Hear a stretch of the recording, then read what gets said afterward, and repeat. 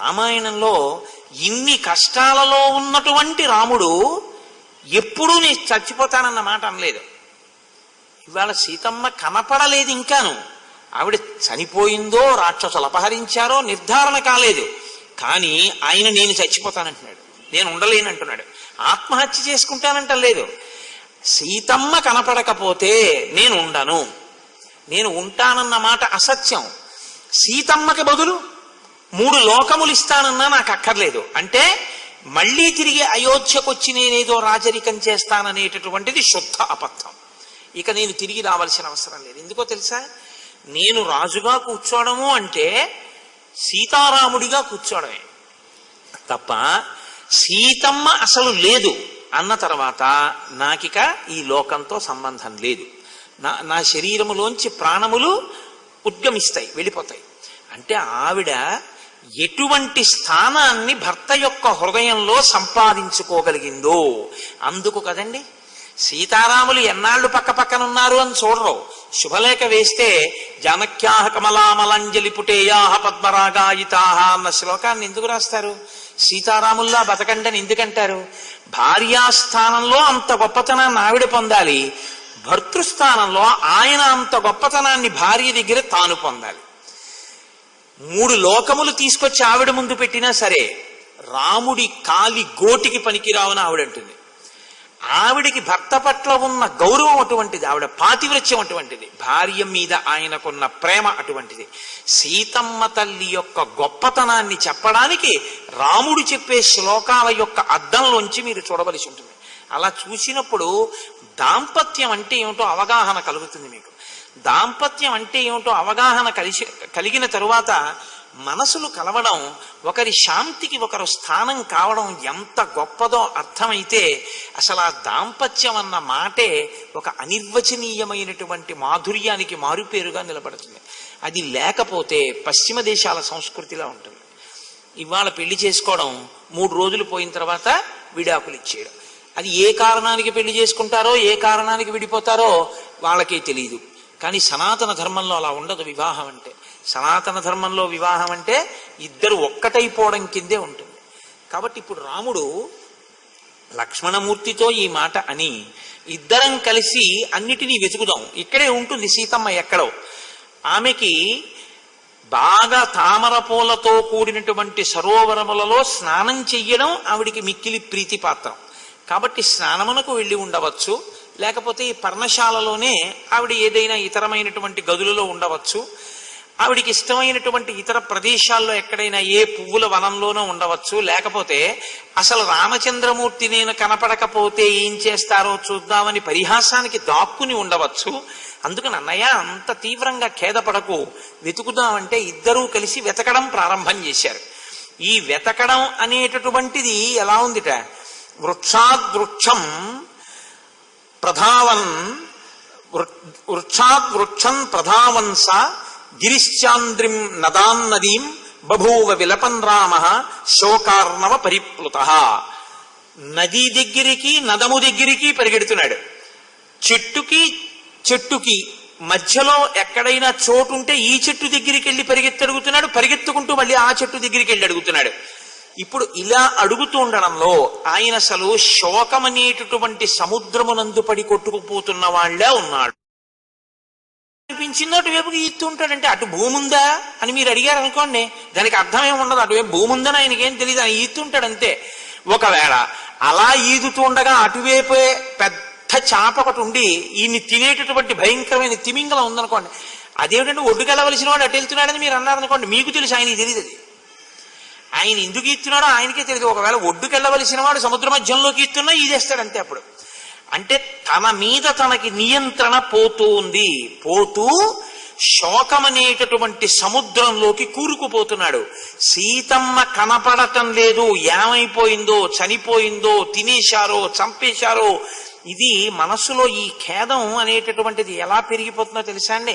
శ్రీరామాయణంలో మీరు ఆ సర్గలో చూడాలి, ఆయన చాలా విచిత్రమైనటువంటి ఆలోచనలు పెరిగిపోతాయి ఆయనకి. సీతమ్మకి అసలే భయం ఎక్కువ, రాక్షసులు వచ్చి మీద పడ్డారేమో, మీద పడ్డప్పుడు ఆవిడ ఇంకెంత భయపడిపోయిందో, ఆ భయపడిపోతున్నటువంటి సీతమ్మ చేతులు వాళ్ళు గట్టిగా పట్టుకుని ఆ రెక్కలు విరిచేసి ఆవిడ కంఠాన్ని నులిమేస్తుంటే, ఆ కోమలమైన కంఠం నలిగిపోతుంటే, ఆవిడ ముక్కులోంచి నోట్లోంచి నెత్తురు కారుతుంటే రాక్షసులు జుర్రుకున్నారేమో. భర్తనయ్యుండి నేను పక్కన లేక సీతమ్మ ఎంత బాధపడిపోయిందో.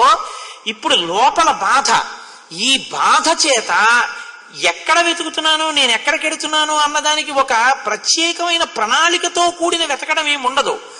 లోపల శోకం తన్నుకొచ్చేస్తోంది. రావడంలో వృక్షం ప్రధావంస గిరేశ్చాంద్రిం నదాం నదీం బభూవ విలపన్ రామ శోకార్ణవ పరిప్లుత. ఆ పర్వతాలు, నదులు, నదములు, ఆ వృక్షములు, చెట్లు దీన్ని అడగడం దీన్ని అడగకపోవడం అనేది లేదు. ఇంకా కనపడ్డ వాటిని అన్నింటినీ అడిగేస్తున్నాడు. ఆయన దృష్టిలో ఎలా ఉందో తెలుసా అండి? అసలు ఆ దృష్టికోణంలో రాముడు అడిగినటువంటి తీరుకి మీరు తెల్లపోతారు. నేను ఒకటి రెండు ఉదాహరణలు మీకు చూపించే ప్రయత్నం చేస్తాను. ఆయన ఒక వనస్పతి వృక్షం దగ్గరికి వెళ్ళాడు. వనస్పతి వృక్షం బాగా ఎత్తుగా పెరిగి ఉంటుంది. అది పువ్వు పుయ్యదు అని లోకంలో ఒక నానుడి. అది పువ్వు పుయ్యకుండా ఫలిస్తుంది అని. కానీ ఆ వృక్షం దగ్గరికి వెళ్ళి ఆయన ఒక మాట అంటున్నాడు. కకుభోరూతాం వ్యక్తం జానాతి మైథిలీం యథా పల్లవ పుష్పాఢ్యో భాతి హేష వనస్పతి. నువ్వు ఈ వనస్పతి వృక్షాన్ని చూస్తే పూలతో అంతెత్తునుంది, అంతెత్తున పువ్వులతో ఉన్నావు కాబట్టి సీతమ్మ ఈ ప్రాంతంలో ఎక్కడ ఉన్నా నీకు కనపడుతుంది, అంతెత్తుగా ఉన్నావు కాబట్టి. నేనంటే ఇక్కడ ఉన్నాను, ఎక్కడుందో కనపడక ఏడుస్తున్నాను. ఓ వనస్పతి వృక్షమా, నువ్వు అంతెత్తునున్నావు కాబట్టి నీకు కనపడుతుంది. నీకు కనపడుతోంది కాబట్టే సంతోషంగా పువ్వులు పెట్టుకుని నవ్వుతున్నావు. రాముడు ఏడుస్తున్నాడు, సీతమ్మ అదిగో అక్కడే ఉంది తెలియట్లేదని. నా యందు దయించి ఎక్కడుందో చెప్పవా నా భార్య? అలా అడగచ్చా వనస్పతి వృక్షాన్ని రాముడు అని మీరు అడిగారు అనుకోండి. అలా అడగడంలో వనస్పతి వృక్షం మాట్లాడుతుందా అండి? అదేంటంటే అలా అడగడం ఏమిటండి అన్నారనుకోండి. ఆ బాధలో ఉన్నటువంటి వాడు, శోకమనే మహాసముద్రంలో కొట్టుకుపోతున్నవాడు ఒక చీపురు పుల్ల కనపడ్డా సాయానికి ఇలా పట్టుకున్నట్టు ఆయన ఒక ఎత్తైన చెట్టు కనపడితే ఆ చెట్టు కనపడుతోంది సీతమ్మ అని చెట్టును అడుగుతున్నాడు. ఆయన ఒక తిలక వృక్షం దగ్గరికి వెళ్ళాడు. భ్రమరైరుపగీతశ్చ యథా ద్రుమవరోహ్యయం ఏషం వ్యక్తం విజానాతి తిలక ప్రియాం. నీ పేరే తిలక వృక్షం. సీతమ్మకి తిలకం అంటే చాలా ఇష్టం. ఓ తిలక వృక్షమా, తిలకం అంటే ఇష్టం ఉన్నటువంటి సీతమ్మ ఇటుగా ఎటు వెళ్ళి ఉంటుందో నీకు తప్పకుండా కనపడుతుంది. నీకు ఇష్టమైందిగా, ఆమెకి తిలకం అంటే ఇష్టం కదా, అందుకని మీ ఇద్దరి మధ్య అనుబంధం ఉందిగా. కాబట్టి నువ్వు ఎప్పుడు ఆవిడ్ని చూస్తుంటావు. ఆవిడ నీ యందు ప్రీతితో ఉంటుంది. నేనంటే ఇక్కడ లేను కానీ నువ్వు ఇక్కడే ఉన్నావు కాబట్టి ఆవిడ ఎటు వెళ్ళిందో నీకు కనపడి ఉంటుంది. కాబట్టి ఓ తిలక వృక్షమా నాకు చెప్పవా ఎక్కడుందో సీతమ్మ. దీన్ని మనసులో పెట్టుకుని మహర్షి అంటున్నారు, వృక్షాద్వృక్షం ప్రధావంస. చెట్టుకి మధ్యలో పరిగెడుతూ చెట్లను అడుగుతున్నాడు రాముడు. అంటే పక్కన ఉన్నటువంటి లక్ష్మణుడు ఎంత భీతిల్లిపోయి ఉంటాడో అసలు ఆ పరిస్థితిని చూసి మీరు గమనించండి.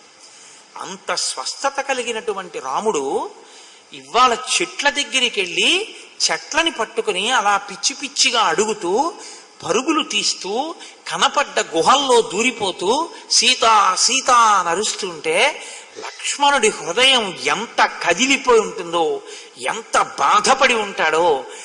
ఏ తప్పు చెయ్యనటువంటి అక్కడ సీతమ్మ, ఇక్కడ రాముడు, రాముడి వలన లక్ష్మణుడు, ముగ్గురు ఏడుస్తున్న ఏడుపులు, ఈ ఏడుపులకి కారణమైన వాడిని కట్టి కుడపవని మీరు అనుకుంటున్నారా? ఇప్పుడు చాలా ప్రశాంతంగా ఉండి ఉండవచ్చు, కానీ ఈ ఏడుపు పెద్ద అగ్నిహోత్రమై రాజుకుంటుంది. రాజుకున్నప్పుడు కాల్చేస్తుంది.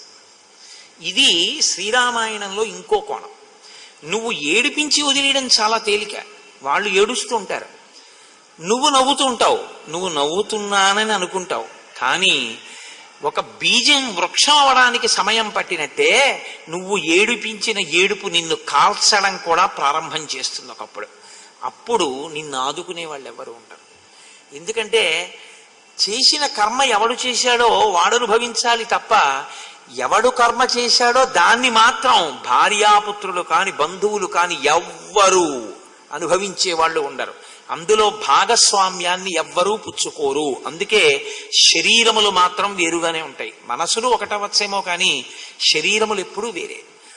ఒక ఆయనకి రాచపుండు పుట్టిందనుకోండి, భార్య ఏం చేస్తుందండి? పోనీ ఆవిడ అన్నం తినడం మానేసి ఏడుస్తుంది. ఆవిడ హాస్పిటల్లో ఆయన మంచం మీద ఉంటే ఆవిడ పక్కనో బల్ల మీద పడుకుంటుంది. ఇంట్లో మేనల్లుడి పెళ్ళైనా ఆవిడ పెళ్లికి వెళ్ళడం మానేస్తుంది. కానీ భర్త గారి యొక్క రాచపుండు నెప్పిని ఆవిడ పుచ్చుకుంటుందా? ఆవిడ పుచ్చుకోలేదు. ఎందుకు పుచ్చుకోలేదు అంటే ఇక్కడే ఈశ్వరుడు యొక్క చమత్కారం ఉంది. జీవుడు ఏ జీవుడు చేసుకున్న సుఖదుఖములను ఆ జీవుడు అనుభవించాలి. ఆ జీవుడితో అనుబంధం ఉన్నందుకు మానసికంగా వాళ్ళు పంచుకుంటారేమో కానీ శారీరకంగా మాత్రం పంచుకోవడం కుదరదు.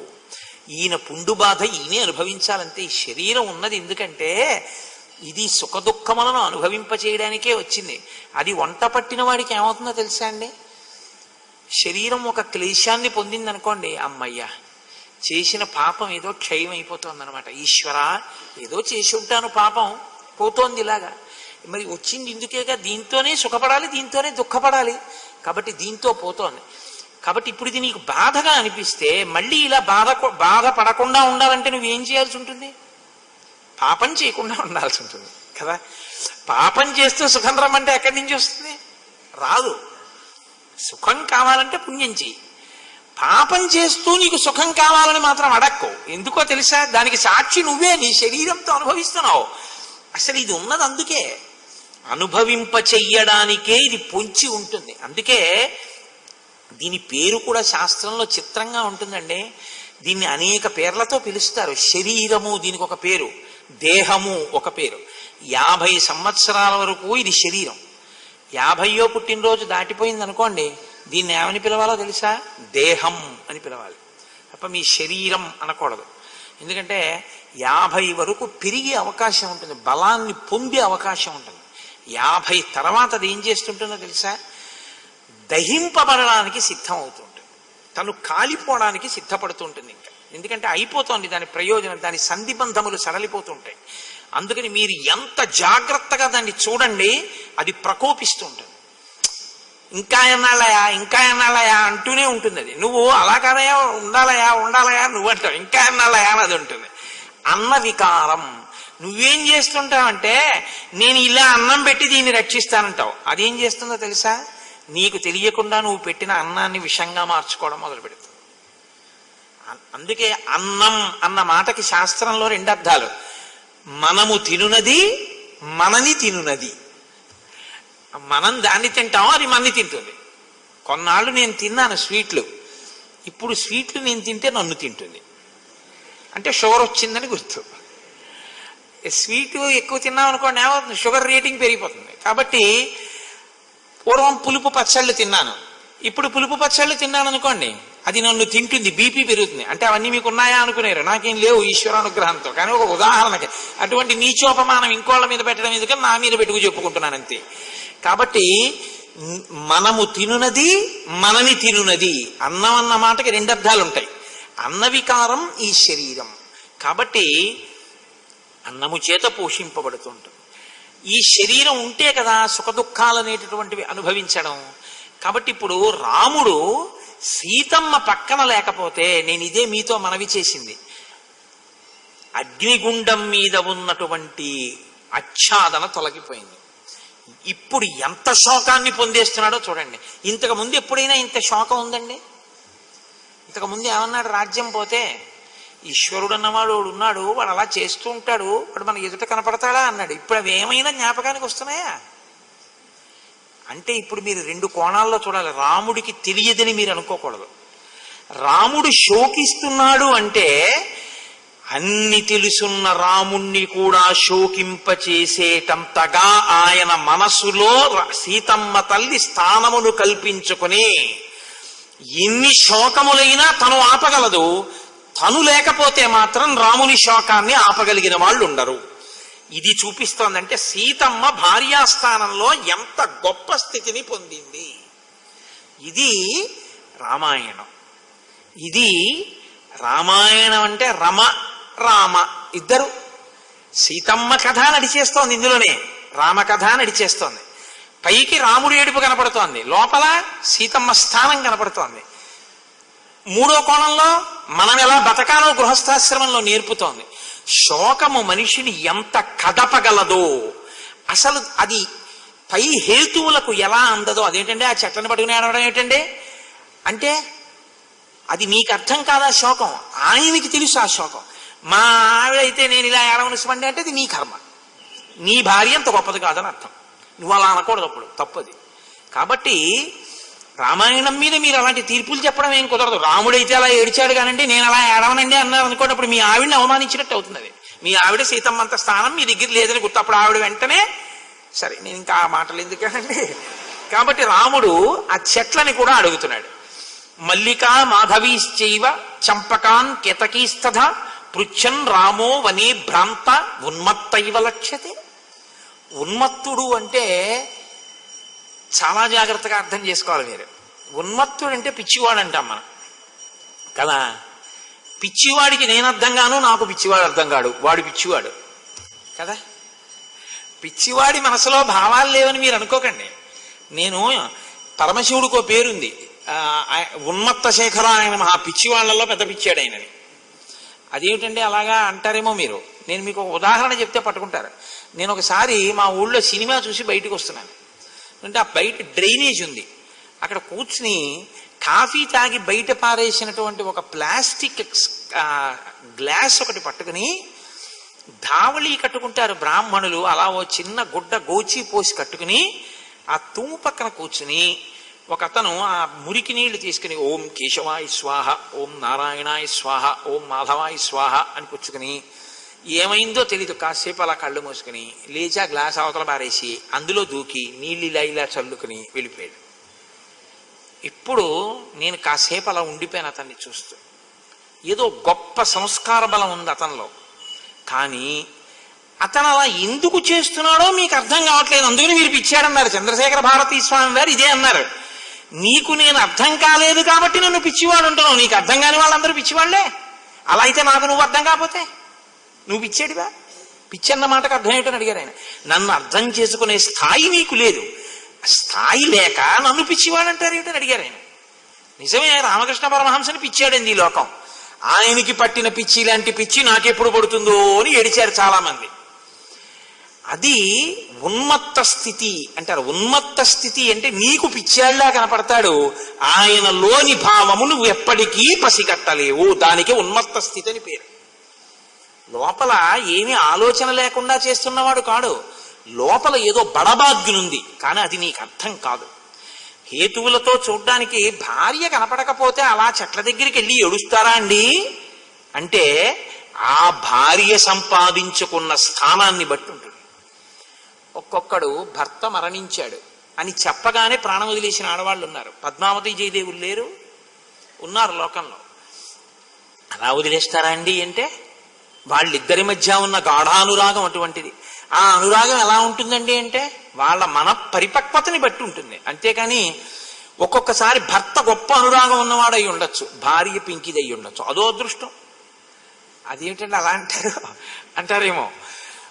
భార్య అస్సలు సహకరించని వాడు, భార్య బాగా సహకరించేవాడు, ఇద్దరూ వెళ్ళి దేవాలయంలో నమస్కారం పెట్టారట. భార్య ఎప్పుడూ తనని అనువర్తించేవాడు అన్నాడు, ఈశ్వర ఎంత దయాళువువి, నాకు గొప్ప భార్యనిచ్చావు కాబట్టి నేను చక్కగా అన్నీ చేయగలుగుతున్నాను, ఇంత మంచి భార్యనిచ్చినందుకు నేను నీకు కృతజ్ఞుడను. రెండో వాడు అన్నాడు, ఈశ్వర నాకు మహాగయ్యాడి పెళ్ళాన్ని ఇచ్చావు, ఎంత ప్రేమమూర్తివి, నాకు కానీ నువ్వు అనుకూలమైన భార్యనిచ్చి ఉంటే ఆ భార్య మీద ప్రేమతో కొట్టుకుపోయేవాడిని, నా యందు ఆనుకూల్యత లేని భార్యని ఇవ్వడం వల్ల నాకు వైరాగ్యం వచ్చింది, నీ యందు భక్తి నిలబడింది, ఈశ్వర ఎంత కృతజ్ఞుడని అన్నాడు. నీ దృష్టి కోణంలో ఉంటుంది తప్ప అందరినీ అన్నిటినీ ఒకే గాట కట్టి చూడడానికి ఇవి లెక్కలు కావు. ఎప్పుడూ 2 రెళ్ళు 4 అవడానికి మనస్తత్వం అనేది. కాబట్టి మహర్షి అంటారు, మల్లికా మాధవీశ్చైవ చంపకాన్ కేతకీస్తథా పృచ్ఛన్ రామో వనే భ్రాంత ఉన్మత్త ఇవలక్ష్యతే. ఆయన మల్లె తీగల దగ్గరికి, మాధవీలతల దగ్గరికి, సంపంగి తీగల దగ్గరికి, మొగలి పొదల దగ్గరికి వెళ్ళి నా సీతేది నా సీతేది అని ఏడుస్తున్నాడు. నా సీతేది మీరు చెప్పరా అని అడుగుతున్నాడు. అదేమిటండి అంటే అది ఆయనకే తెలుసు ఆ బాధ, మనకు అర్థం కాదు. కాబట్టి అది ఉన్మత్త స్థితి. ఆయన కేవలం ఏదో చెట్లనే అడిగాడని అనుకోకండి. ఆయన ఒక జింక దగ్గరికి వెళ్ళాడు. ఆయనకి ఇప్పుడు లోకంలో దేని వంక చూసినా దానికి సీతమ్మతో అనుబంధం ఉందని, అందుకని దానికి సీతమ్మ గురించి తెలిసి ఉంటుందని అనిపిస్తోంది. అంటే లోకం అంతా సీతమ్మ కోణంలోనే చూస్తున్నాడు ఇప్పుడు ఆయన. పువ్వుల్ని ఎందుకు అడగాలి? ఆ పువ్వులన్నీ సీతమ్మ పెట్టుకుంటుంది కాబట్టి ఆ తీగలకి సీతమ్మకి అనుబంధం. రోజు ఆ పూల తీగల నుంచి పువ్వులు కోస్తుంది ఆవిడ. కాబట్టి ఆ తీగలకి సీతమ్మ ఎటు తిరుగుతున్నా తెలుస్తూ ఉంటుంది. కాబట్టి తీగల మీకు తెలిసి ఉంటుంది, మీరు చెప్పండి సీతమ్మ ఎక్కడుందో అంటున్నాడు. ఇప్పుడు ఒక జింక దగ్గరికి వెళ్ళాడు. ఆ జింక ఆడుకుంటోంది. ఆ జింక దగ్గరికి వెళ్ళన్నాడు, అథవా మృగశాభాక్షీం మృగ జానాసి మైథిలీం మృగ విప్రేక్షణీకాంత మృగీభీ సహితా భవేత్. నీ కన్నులు ఎంత అందంగా కదులుతాయో నా భార్య సీతమ్మ కన్నులు కూడా అంత అందంగా కదులుతాయి. కాబట్టి నీ ఇద్దరినీ కూడా కంటి సౌందర్యంలో సమాన స్థాయిలో చెప్తారు. అటువంటి కంటి సౌందర్యం ఉన్నటువంటి ఓ జింక, ఇదే కంటి సౌందర్యం ఉన్నటువంటి నా భార్య ఎక్కడుందో నీకు తెలిసి ఉంటుంది, ఏది నాకు చెప్పవా అని అడిగాడు. జింకనైతే అడిగాడండి. ఒక క్రూర మృగాన్ని అయితే ఏమడుగుతాడు? అప్పుడు క్రూర మృగానికి సీతమ్మకి అనుబంధం ఉంటుందా? జింకకి సీతమ్మకి ఉంటుంది. క్రూర మృగం ఒకటి కనపడింది అనుకోండి, పెద్ద పులి కనపడింది అనుకోండి. పెద్ద పులి దగ్గరికి వెళ్ళో, పెద్ద పులి నీకు సీతమ్మ కనపడిందా? నీలాగే చాలా కోపంగానో అన్నిటినీ వేటాడుతూనో అన్నిటి పట్ల క్రౌర్యంతోనో మా ఆవిడ ఉంటుంది, కాబట్టి మా ఆవిడ ఎక్కడుందో నీకు కనపడిందా అని అడుగుతాడా పెద్ద పుల్ని? అడుగుతాడు. అది ఉన్మత్త స్థితి. అడుగుతాడు అంటే అడగడు అని మీరు అన్నారు అనుకోండి, మీ స్థాయికి దొరికేట్టుగా ఉన్నాడు. మీ స్థాయికి దొరికేట్టుగా లేకపోతేనే ఉన్మత్త స్థితి. కాబట్టి పెద్ద పుల్లేటి కొండ చిలవని అడుగుతాడు, పావుని అడుగుతాడు. అడుగుతాడని చూపిస్తున్నారు మహర్షి. ఇదే నేను అనేది. రామాయణం చదివేటప్పుడు శ్లోకం చదివి చెయ్యి పెట్టి మీరు కాసేపు ధ్యానం చేసి మీరు శ్లోకం చదివితే మీరు రామాయణాన్ని అనుభవిస్తారు. మీరు రామాయణం పుస్తకం ఒకటి మీరొకటి కాదు, మీరు రామాయణంలో పంచవటిలో రామలక్ష్మణులతో పాటు మీరు కూడా ఉండి ఆ సన్నివేశాన్ని ఇక్కడ దర్శనంలో అనుభవిస్తారు. ఆ సమయంలో రాముని యొక్క శోకాన్ని చూసి మీరు విచలితులై మీ కన్నుల వెంట నీరు కారతాయి. ఆ ప్రేమ, ఆ భక్తి మీ యందు పొంగిపోయిన నాడు సీతారాములు ఎక్కడో ఉంటారని మీరు అనుకోకండి. మీ యందు ఆ భక్తి ప్రజ్వరిల్లిన నాడు మీ పక్కనే సీతారాములు కూర్చుని అయ్యయ్యో ఈ శ్లోకాలు చదువుకుని ఇప్పుడు ఎంత ఏడి చేస్తున్నాడో చూడు, ఎంత ప్రేమో చూడని మీ పక్కనే కూర్చుంటారు. అందుకే నేను మీతో మనవి చేసింది, రామాయణం మీకు రామదర్శనం చేయించగలదు అని. కాబట్టి ఇప్పుడు పెద్ద పులి కనపడితే ఆయన అన్నాడు, శార్దూల ఇది సాదృష్ట ప్రియా చంద్రనిభానన మైథిలీ మమ విశ్రబ్ధం కథయస్వనతే భయం. ఓ పులి, భయపడకు నన్ను చూసి. ఎందుకంటే క్రూర మృగాలు కనపడితే బాణం వేసి చంపేసేవాణ్ణిగా. నువ్వు పెద్ద పులివి కాబట్టి నువ్వు అడివంతా తిరుగుతుంటావు. నువ్వు అడివంతా తిరుగుతుంటావు కాబట్టి సీతమ్మ ఎక్కడన్నా కనపడిందా? అలా అడుగుతూ ఏదో మిషపెట్టి దగ్గరికి వచ్చి బాణం వేసి చంపేస్తాను అనుకుంటున్నావా? నేనేం చేయను నిన్ను, కానీ నాకు ఇది చెప్పవా, మా సీతమ్మ ఎక్కడన్నా కనపడిందా అంటే అడివంతా తిరిగే లక్షణాన్ని క్రూర మృగంలోంచి కలుపుకున్నాడు. అంటే పెద్ద పులిని కూడా అడుగుతాడు, ఎందుకంటే పెద్ద పులి అడివంతా తిరిగి వచ్చింది కాబట్టి సీతమ్మ ఎక్కడన్నా కనపడిందేమో అని. ఇది ఉన్మత్త స్థితి అంటే. అంటే ఇప్పుడు ఆయన స్థితి మనకందేది కాదు, మన స్థితిలో మనం ఆయన యొక్క శోకాన్ని గుర్తుపట్టడం అనేటటువంటిది సాధ్యమయ్యేటటువంటి విషయము కాదు. కాబట్టి ఇప్పుడు ఆయన దీన్ని అడగచ్చా దాన్ని అడగకూడదా అనేం లేదు. అడుగుతున్నాడు, లక్ష్మణుడితో మాట్లాడుతున్నాడు. ఈ శోకం పెరుగుతున్న కొద్దీ మాట స్థాయి ఎలా మారుతోందో తెలుసా అండి? ఆయన అంటున్నాడు, నా భార్య చేతులు విరిచేసి ఉంటారు, నా భార్యని ముక్కలు చేసేసి కోసుకు తినేసి ఉంటారు. లేకపోతే ప్రియపత్ని జనక మహారాజు గారి యొక్క కుమార్తె దశరథుడి పెద్ద కోడలు సీతమ్మని అపహరించి తీసుకెళ్ళిపోయారు రాక్షసులు. ఎక్కడో దాచేస్తారు. నాకు కనపడలేదనుకో, 14 ఏళ్ళు అయిపోయాయి అనుకో, నేను అప్పుడు అయోధ్యకి రావాలిగా. నేను అయోధ్యలోకి వస్తున్నాను అనుకో, రథం మీద నా పక్కన సీతమ్మ కనపడదుగా. పౌరులందరూ సీతమ్మ ఏది రామా అని అడిగారనుకో, నేనేం చెప్పను? రాక్షసులు ఎత్తుకుపోయారు అని చెప్పాననుకో, తన భార్యనే రక్షించుకోలేని చేత కానివాడు అన్నారనుకో, నేను ఏ ముఖం పెట్టుకుని అయోధ్యకి రాను లక్ష్మణ? నేను ఇంటికి వచ్చాననుకో, జనక మహారాజు గారు వచ్చారనుకో, కూతురు అల్లుడు 14 ఏళ్ళు అరణ్యవాసం చేసి వచ్చారు అని వచ్చి, ఏది నా కూతురు సీతమ్మ ఏది, 14 ఏళ్ళైందయ్యా, ఎంత కష్టపడిందో నీతో కలిసి అడవిలో, ఏది నా తల్లిని ఒక్కసారి చూస్తానని చెప్పి జనకుడు అడిగాడు అనుకో, నేనేం చెప్పను? నా మామగారి దగ్గర కన్యాదానం చేసి ధర్మంలో నీకు ఉపకరణంగా ఉంటుందని నీకు ఇస్తే, అరణ్యవాసానికి నిన్ను అనుగమించి వస్తే, ఇంత గొప్పవాడివని లోకమంతా కీర్తిస్తే, నువ్వు సీతమ్మని విడిచిపెట్టి అరణ్యం నుంచి తిరిగి వచ్చావా అని నన్ను జనకుడు అడగడు. కాబట్టి నేను ఇంటికి ఇంకా అయోధ్యకి రావడం, నేను రానన్నాడు. తిరిగాడు, ముఖం బడలిపోయింది, అలిసిపోయాడు, దాహం వేస్తోంది. కొండలు, కోనలు, పర్వత గుహలు, చెట్లు, చామలు, తీగలు, పొదరిళ్ళు అన్ని తిరిగి బడలిపోయి పర్ణశాలకొచ్చి పడిపోయి లక్ష్మణుణ్ణి పిలిచి, నాయనా లక్ష్మణ, వదిన గోదావరి తీరంలో ఏమైనా ఒకవేళ ఉందేమో. ఎన్ని మాట్లాడేస్తాడో తెలుసా అండి? వదిన స్నానానికి వెళ్ళిందేమో, నేను లేకుండా వెళ్ళదే. వదిన పువ్వులు తేవడానికి వెళ్ళిందేమో, నేను లేకుండా వెళ్ళదే. వదిన కందమూలాలకు వెళ్ళిందేమో, నేను లేకుండా అడవిలోకి వెళ్ళదే.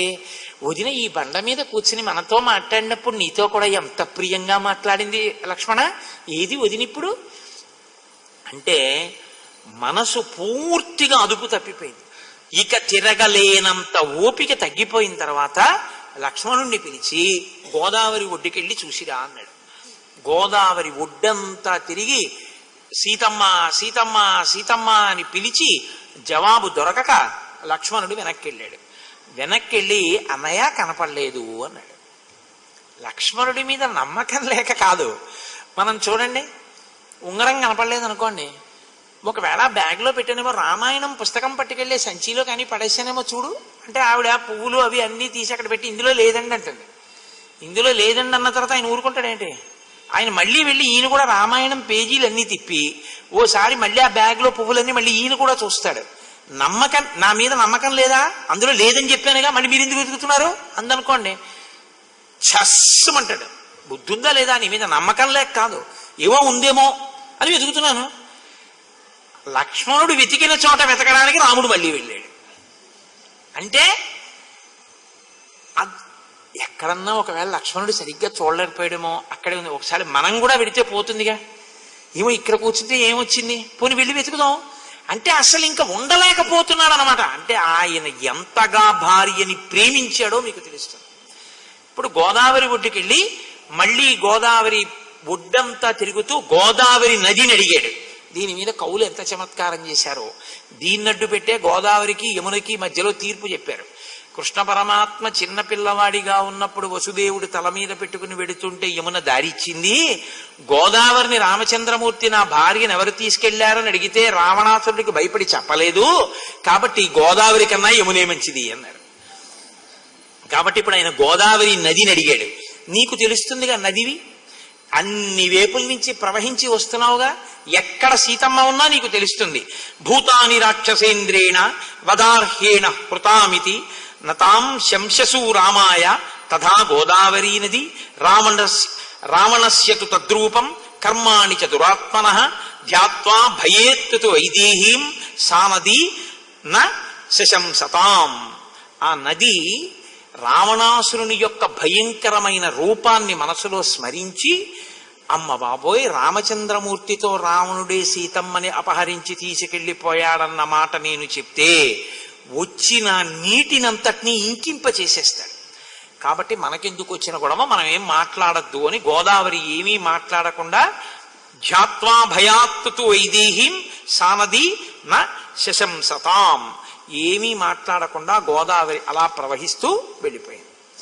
ఆయన అక్కడ ఉన్నటువంటి జంతువులను అడిగాడు. గుంపులు గుంపులుగా పరిగెడుతున్నాయి మృగాలవి. ఆ మృగాలను అడిగాడు, మీకు తెలుసా సీతమ్మ ఎక్కడికి వెళ్ళిందని. మన శోకాన్ని జంతువులు కూడా పంచుకుంటాయి. జంతువుల యొక్క శోకాన్ని మనం కూడా పంచుకుంటాం. మీరు చూడండి, లోకంలో ఇంటి కుక్క, ఓ 6 ఏళ్ళో 7 ఏళ్ళో పెంచినటువంటి కుక్క వీధిలో అలా పడుకుని ఉందనుకోండి, ఏమి తింటలేదు, ఇంక ఉండదండి, వెళ్ళిపోతుంది అన్నారు డాక్టర్ గారు. ఆ ఇంట్లో వాళ్ళు అన్నం తినడం మానేసినటువంటి సందర్భాలు నాకు తెలుసు. ఈ మధ్యన మిత్రులు ఒకడు ఆ కుక్క అలా ఉందని రోజు చెప్పేవాడు, కోటేశ్వరారు ఆ కుక్క అలా ఉండిపోయిందండి అలా ఉండిపోయిందండి అంటూ ఉండేవాడు. ఆ కుక్క చచ్చిపోతే 2 రోజులు అన్నం తినరు, బెంగపెట్టుకుంటారు. మనుష్యులు కూడా జంతువులతో అటువంటి అనుబంధంతో ఉంటారు. జంతువులు వాటికి ఉంటుంది అనుబంధం. కాబట్టి ఇప్పుడు ఆ మృగాలన్నీ కూడా రాముడి యొక్క శోకాన్ని చూసి అవి శోకించేయట. కానీ అవి మాత్రం అనుకున్నాయిట, చంపితే చంపి అవతల పారేశాడు. మన్ని ఎవడోడు చంపుతాడు, ఊరుకుంటాడేంటి? ఇక్కడ ఉంటే మాత్రం రేపు పెద్ద పులి తినేస్తుంది, ఎల్లుండి సింహం తినేస్తుంది, లేకపోతే ఇంకో చిరత పులి తినేస్తుంది, లేకపోతే ఓ వేటగాడు కొట్టేస్తాడు. ఎలాగో చచ్చిపోతాం అనుకున్నాయో ఏమో, అవి ధైర్యం చేసేయండి. ధైర్యం చేసి చెప్పడానికి వాటికి నోరు లేదు. వాటికి ఎలా చెప్పాలో అర్థం కాక రాముడికి అర్థమయ్యేటట్టు మూగగా సంజ్ఞ చేసేట జంతువులన్నీ. ఎలా? తాంస్తు దృష్ట్వా నర వ్యాఘ్రో రాఘవ ప్రత్యువాచ క్వసీతేతి నిరీక్షన్వై భాష్ప సమృద్ధయాదృశ ఏవముక్త నరేంద్రేణ తే మృగా సహసోద్ధితా దక్షిణాభిముఖా సర్వే దర్శయంతో నభస్థలం. అవి ఇటువైపుగా మందగా మేత మేస్తూ పరిగెడుతున్నటువంటి జింకలు ఒక్కసారి మేత తినడం ఆపేసి బాధతో రాముడి వంక చూసి అన్ని మృగాలు కలిసి దక్షిణ దిక్కుగా పరిగెడుతూ నభస్థలం ఆకాశం వంకిలా తలెత్తి చూపిస్తూ పరిగెడుతున్నాయి. అంటే అలా చూస్తూ పరిగెడితే పడిపోండవే, అంటే పడిపోయినా పర్వాలేదని అవి ముందుకు పరిగెడుతూ తలెత్తి పైకి ఆకాశం వంక చూపించాయిటంటే దక్షిణ దిక్కుగా అపహరింపబడింది, ఆకాశ మార్గంలో తీసుకుపోబడింది అని. రాముడు పట్టుకోలేకపోయాడు. ఎందుకు పట్టుకోలేకపోయాడు? చిత్తమునకు స్వస్థత లేదు. మనసు సరిగ్గా ఉంటే కదండి ఏదైనా పట్టుకోవడం. మనసు అల్లకల్లోలంగా ఉందనుకోండి, రామాయణం వింటున్నా చికాగ్గానే ఉంటుంది, ఇంకోటి చేస్తున్నా చికాగ్గానే ఉంటుంది. ఎందుకంటే లోపల మనసు శాంతిగా లేదు. మనస్సు శాంతిగా ఉండడమే ప్రధానం. అందుకే సనాతన ధర్మంలో మనం ఏం చేసినా ఒక్కటే చెప్తాం, శాంతి శాంతి శాంతి. నా వలన ఇంకొకరి శాంతి చెడకూడదు, అందరూ శాంతిగా ఉండాలి. ఇదే మనం సనాతన ధర్మంలో ఎప్పుడూ కోరుకుంటాం. కాబట్టి ఇప్పుడు ఆ మృగములన్నీ కూడా రాముడికి సీతమ్మ అపహరింపబడిన మార్గాన్ని చూపించే. ఎందుకు చూపించాలి? అలా అందరికీ చూపిస్తాయా అవి? అంటే ధర్మాన్ని ఎవడు పట్టుకుంటాడో వాణ్ణి లోకమంతా ప్రేమిస్తుంది. అవి మృగములు కానివ్వండి, చెట్లు కానివ్వండి, చామలు కానివ్వండి, ఏవి కానివ్వండి, ఎవడు ధర్మాత్ముడో వాడి యందు సమస్త భూతములు కూడా అనురక్తితో ఉంటాయి, సహాయపడతాయి. కాబట్టే అలా సహాయపడ్డాయి. అప్పుడు లక్ష్మణుడు అన్నాడు, అన్నయ్య నాకు అర్థమవుతోంది, దక్షిణ దిక్కుగా అపహరించారు ఎవరు, ఆకాశ మార్గంలో అపహరించారు. ఈ జంతువులు మనకి దారి చూపిస్తున్నాయి. కాబట్టి అన్నయ్య దక్షిణ దిక్కుగా వెళ్ళి వెతుకుతాం పద అన్నాడు. దక్షిణ దిక్కుకి వెళ్ళారు. వెడితే కింద చల్లుకుపోయినటువంటి పువ్వులు కనపడ్డాయి. ఆ పువ్వులు చూశాడు రాముడు. వెంటనే అన్నాడు, అభిజానామి పుష్పాణి తానీమానీహ లక్ష్మణ పినద్ధానీహ వైదేహ్య మయా దత్తాని కాననే. లక్ష్మణ, ఈ పువ్వులు నేను తీసుకొచ్చినవే వదినికి. భర్త చేసేటటువంటి అత్యంత అనురాగపూరితమైనటువంటి చేష్టితములలో ఇదొకటి కదండి. భార్యకి పువ్వులు తెచ్చి పెట్టడం అనేటటువంటిది ఒకటి. భర్తకి ఏం వండి పెట్టిందో బాగా జ్ఞాపకం పెట్టుకోవడం భార్యకి. మీరు గమనించండి, నిన్నను మల్లెపూలు తెచ్చాను కదా, అందుకే ఇవాళ జాజి పూలు తెచ్చానంటాడు ఆయన. మరోలా నన్ను అర్థం చేసుకోవద్దు. మీరు దాన్ని పరమ పవిత్రంగా మాత్రమే వినవలసి ఉంటుంది. నేను హేయంగా అర్థం లేని ప్రసంగాలు, చాలా లేకి మాటలు రామాయణం చెప్తూ కాదు, ఎప్పుడూ మాట్లాడవలసిన అగత్యం నాకు లేదు. పురుషుడి ప్రీతి అది. ఆయన ప్రీతితో ఆయనకి జ్ఞాపకం ఉంది. ఆవిడికి ఏది ప్రీతి?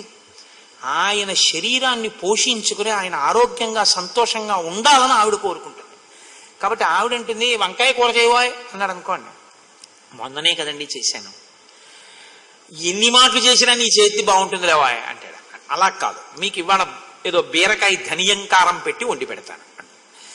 ఆయన శరీరాన్ని పోషించడానికి ఆవిడ తాపత్రయపడుతుంది, ఆవిడ సంతోషంగా ఉండడానికి ఆయన తాపత్రయపడతాడు. అది దాంపత్యం అంటే.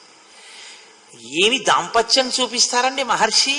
కాబట్టి అభిజానామి పుష్పాణి, లక్ష్మణుడితో అంటున్నాడు, ఈ పువ్వులు నాకు తెలుసు లక్ష్మణ, ఇవి చెట్ల నుంచి పడినవి కావు.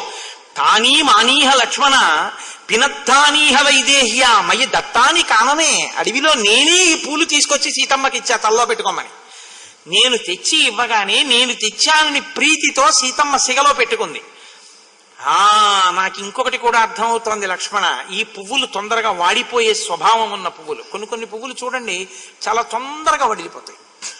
పువ్వుల్లో కూడా చాలా చిత్రం ఉంటుంది. కొన్ని పువ్వులు ఇలా ఏదో వ్యాయామం చేసేవాళ్ళు భుజాలు ఇలా వెనక్కంట తిప్పినట్టు బాగా ఇలా బద్దలైపోయినట్టు విచ్చుకుంటాయి. మందార పువ్వు చూడండి ఇలా విచ్చుకుంటుంది. ఎంత విచ్చుకుంటుందో తన శరీరాన్ని విడిచిపెట్టేటప్పుడు అంత ముడుచుకుపోతుంది. అంత విచ్చుకోవడం అంత ముడుచుకోవడం మందార పువ్వు లక్షణం. అందుకే మందార పువ్వుని ఈశ్వరుడి దగ్గర పూజ చేస్తే భయమే వేస్తుంది మర్నాడు. ఎందుకో తెలుసా అండి, మీరు మందార పువ్వుని తీసుకెళ్లి ఇలా స్వామి పాదాల దగ్గర పెట్టారనుకోండి, అంగుష్టమాత్ర విగ్రహాన్ని కదా పూజ చేస్తాం, బొటనవేలంత విగ్రహాలే ఉంటాయి పూజా మందిరంలో. ఇది ముందు రోజు చక్కగా ఇలా గొడుగులా పడుతుంది. మర్నాడు ఏం చేస్తుందో తెలుసా, ఆ స్వామిని అలా పట్టేసుకుని దాంట్లోంచి వచ్చినటువంటి కేసరములతో పుప్పుడితో కూడినటువంటి ఆ తీగతోటి పాదాలని పట్టుకుంటుంది. మీరు నిర్మాల్యమే కదా అని ఇలా తీశారనుకోండి, అది స్వామిని కూడా లాక్కొస్తుంది.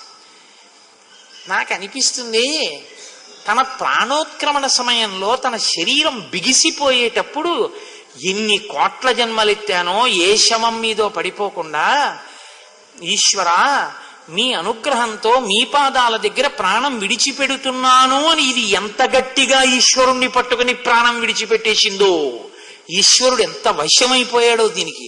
దీన్ని తీస్తే ఆయన కూడా కదిలిపోతున్నాడు అనిపిస్తుంది. ఒక్కొక్క పువ్వు అలా ఉంటుంది. ఒక్కొక్క పువ్వు తొందరగా మీరు కొద్దిగా అజాగ్రత్తగా పట్టుకుంటే గులాబీ పువ్వు రేకులన్నీ విడిచిపెట్టేస్తుంది. ఒక్కొక్క పువ్వు తొందరగా వడిలిపోతుంది. ఇలా పట్టుకున్నంతసేపు ఉండదు, వడిలిపోతాయి కొన్ని పూలు. అలా తొందరగా వడిలిపోయేటటువంటి స్వభావం ఉన్నవి పువ్వులు ఎండలో పడి ఉంటే. కానీ మన్యే సూర్యశ్చ వాయుశ్చ మేదినీచ యశస్విని అభిరక్షంతి పుష్పాణి ప్రకుర్వంతో మమ ప్రియం.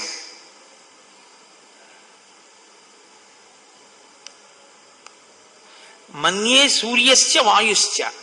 ఈ పువ్వులు ఇంకా ఇక్కడ ఇలాగే ఉన్నాయి అంటే నేనేమనుకుంటున్నానంటే సూర్యుడు వీటిని వడిలిపోకుండా కాపాడాడు. వాయుశ్చ గాలి వీటిని దూరంగా ఎగరగొట్టకుండా గాలి రక్షించింది. మీదినీచ యశస్విని భూమి ఏ ప్రాణి దీన్ని తినేయకుండా, మట్టిలో కలిసిపోకుండా, ధూళి చేత కప్పబడకుండా భూమాత రక్షించింది. అంటే రాముడి ధర్మం రాముడికి గుర్తులు ఎలా అందజేస్తోందో మీరు చూడండి. ఈ పువ్వుల్ని ఈ ముగ్గురు కాపాడి ఉంచారు. ఎందుకో తెలుసా, ప్రకుర్వంతో మమ ప్రియం. నేను ఈ పువ్వుల్ని చూసి గుర్తు పట్టడం కోసమే ఇవి ఇలా శోభిల్లుతూ పాడవకుండా ఈ పుష్పములు అరవిరిసి ఉన్నాయి ఇంకాను. కాబట్టి ఇప్పుడు ఈ పువ్వులు ఉన్నాయి కాబట్టి ఇవి సీతమ్మ తలలోవే కాబట్టి తలలోని పువ్వులు కింద పడిపోయాయి కాబట్టి ఇక్కడే ఎవరో రాక్షసులు సీతమ్మని కబళించి ఉంటారు. దదర్శ భూమౌ నిష్క్రాంతం రాక్షసస్య పదం మహత్ తస్తాయా రామకాంక్షిణ్యా ప్రధానంత్యా ఇతస్తతః రాక్షసేనానువృత్తాయ మైథిల్యాశ్చ పదాన్యథ. ఇక్కడ పాదముద్రల్ని చూస్తే సీతమ్మ తల్లి యొక్క పాదముద్రలు కనపడుతున్నాయి. సీతమ్మ తల్లి పాదముద్రలతో పాటు ఎవరో రాక్షసుడివి పెద్ద పెద్ద పాదముద్రలు కూడా కనపడుతున్నాయి. అంటే ఇక్కడే సీతమ్మ ఎవరో రాక్షసుడితో పెనుగులాడింది అని ఇప్పుడు పువ్వుల్ని బట్టి పాదముద్రల్ని బట్టి ఆ ప్రాంతాన్ని గబగబా వెతికితే సమీక్ష పరిక్రాంతం సీతాయా రాక్షసస్య చ భగ్నం ధనుశ్చ తూణీచ వికీర్ణం బహుధారథం సంభ్రాంత హృదయో రామః శిశంస భ్రాతరం ప్రియం పశ్య లక్ష్మణ వైదేహ్యాః శీర్ణాః కనకబిందవః భూషణానాం హి సౌమిత్రే మాల్యాని వివిధాని చ తప్తబిందు నికాశైశ్చ చిత్రైః క్షతజ బిందుభిః ఆవృతం పశ్య సౌమిత్రే సర్వతో ధరణీధరం మన్యే లక్ష్మణ వైదేహి రాక్షసైః కామరూపిభిః భిత్వా భిత్వా విభక్తావా భక్షితావా భవిష్యతి. రాముడన్నాడు, ఇదిగో ఇక్కడే సీతమ్మ తల్లి ఎవరో రాక్షసులతో పెనుగులాడింది. అందుకే నాకిక్కడ కొన్ని గుర్తులు కనపడుతున్నాయి. ఒక ధనస్సు విరిగిపోయి కింద పడింది. బాణముల యొక్క ములుకులు కొన్ని విరిగి కింద పడున్నాయి, 2 అమ్ముల పొదిలు కింద పడున్నాయి. వీటితో పాటుగా సీతమ్మ తల్లి ధరించినటువంటి నగలలోని బంగారు ముక్కలు, నగలలో పొదగబడినటువంటి మణులు జారి కింద పడి ఉన్నాయి. కాబట్టి ఇక్కడే ఎవరో సీతమ్మని భిక్త్వా విభక్తావా, తరిమి తరిమి సీతమ్మని ఏ అవయవానికి ఆ అవయవం మూడ తీసి తినేశారనుకుంటున్నాడు. అంటే ఎక్కడ ప్రేమ ఎక్కువ ఉంటుందో అక్కడ ఎక్కువ ప్రమాదాన్ని శంకిస్తుంది. మీరు ఎప్పుడు ఇది గుర్తుపెట్టుకోండి. ఎక్కువ ప్రేమ ఎక్కడ ఉంటుందో అది ఎక్కువ ప్రమాదాన్ని శంకిస్తుంది. అందుకే తల్లి అందరికన్నా ఎక్కువగా కదిలిపోతుంది లోకంలో. పిల్లాడికి ఏమైపోలేదు కదా అంటే నోటితో అమంగళాన్ని ఉచ్చరించలేక పిల్లాడికి ఏం అవదు కదా అంటే, చిన్న జ్వరం వచ్చిందండి అంతే పిల్లాడికి, అమ్మ 3 రోజులు ఉపవాసం చేసేస్తుంది. ఎందుకని అంటే అమ్మ ప్రేమ అటువంటిది. తను నీరసపడిపోయినా, తన ప్రాణం పోయినా పర్వాలేదు, పిల్లాడు బతకాలి. అందుకే లోకంలో అమ్మ ప్రేమ లాంటి ప్రేమ, అమ్మయే దైవస్వరూపం. లోకంలో పరమేశ్వరుణ్ణి చూడాలి అంటే తేలికగా చూడడానికి ఉన్నటువంటి మొట్టమొదటి స్థానం అమ్మయే. అమ్మయే ఈశ్వరుడు, అమ్మయే పరాశక్తి. కాబట్టి ఆ సీతమ్మ తల్లి నగలలోంచి జారినటువంటి మణులు కనపడుతున్నాయి.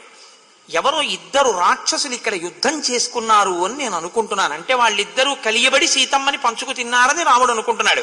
ఇదిగో ఒక మహాధనస్సు ఒకటి విరిగి నేల మీద పడిపోయింది, ఒక బంగారు కవచం ఒకటి పిట్లిపోయి కింద పడి ఉంది, 100 చువ్వలు కలిగినటువంటి ఒక ఛత్రం కింద పడింది, ఈ గొడుగు కర్ర విరిగిపోయింది, బంగారు కవచములు పిశాచముఖములు కలిగినటువంటి ఈ రథమునకు పూంచబడినటువంటి అశ్వములు కింద పడిపోయి ఉన్నాయి, బాణపు ముక్కలున్నాయి, 2 అమ్ముల పొదలున్నాయి, ఒక సారథి కింద పడి